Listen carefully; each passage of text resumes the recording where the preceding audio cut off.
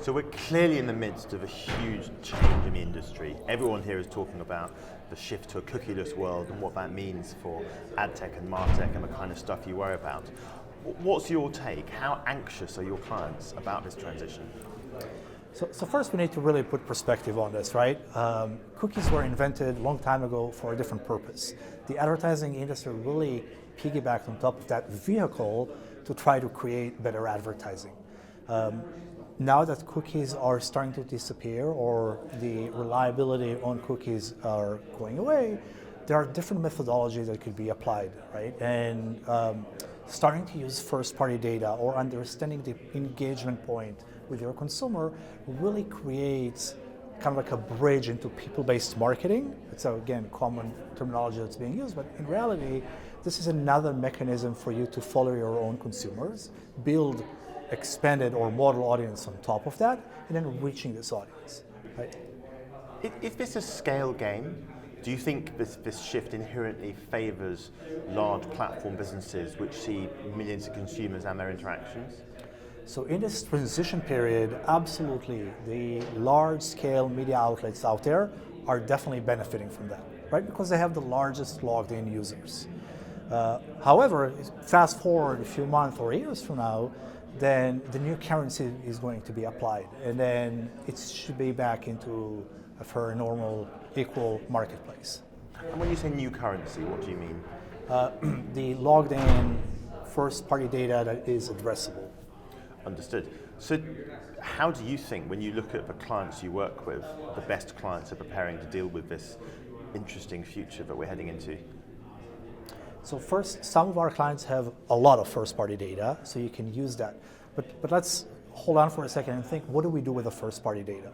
Some of the media strategies out there are relying on taking first-party data and retargeting them directly with a complementing product or services. But the majority of the business plans or the media strategies out there are more about expansion and finding prospects and reaching more audiences. So you're really taking the first-party data to understand the behavior and the profile in aggregate of the consumers that you're after for a new product or an existing product. And then you're creating a seed, and then you're expanding that with lookalike modeling or other propensity scoring modeling to reach that audience. For some of our clients, in order to do that, you have to now rely on clean rooms that exist out there, right? If you want to take a seed and bounce it off a larger scale data, then you need to do this through either a clean room, or in the past you were able to do this on your own garden, right? But right now, when first-party data and third-party data can no longer mix very easily, then you have to rely on a different environment to do that. And that's what the clean rooms are really coming to solve for. So talking over the last 24 hours to various executives in the market, there's a growing concern, certainly amongst some of them, that we're going to be dealing with a much more heterogeneous, uneven, non-uniform market environment when it comes to data policies, the quality of the data that they're being given to support their advertising activities. Do you share those concerns and anxieties? Is there a fragmentation problem that we need to deal with? So we always had fragmentation issues as an industry, right? Again, in this transition period, there will be a period of adjustment, right? If the currency is changing, the methodology is changing, then the outcomes will be somewhat different, right? But it's a try and repeat, and then it really boils down to taking your existing strategies and applying them on different methodologies. So I do not think that this will shake up or break everything that we're doing.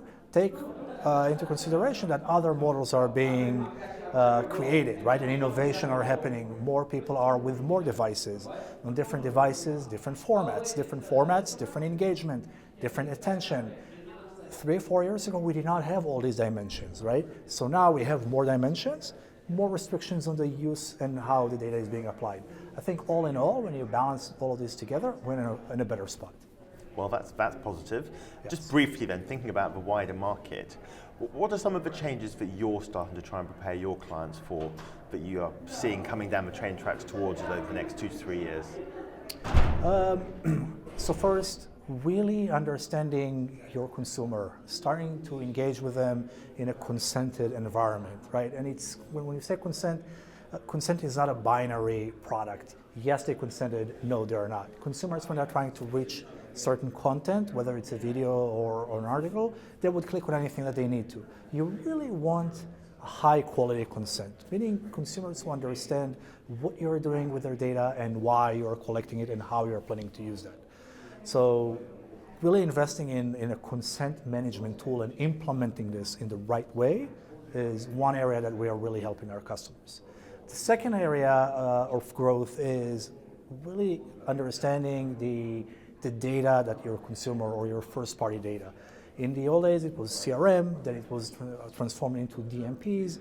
We believe that the combination of the two, right, in today's digital ecosystem, is in the form of a CDP, customer data platforms. And I know that term is widely used across multiple services, really helping our clients understand what is needed in order to manage your first-party data, and how do we apply and syndicate that for different marketing needs.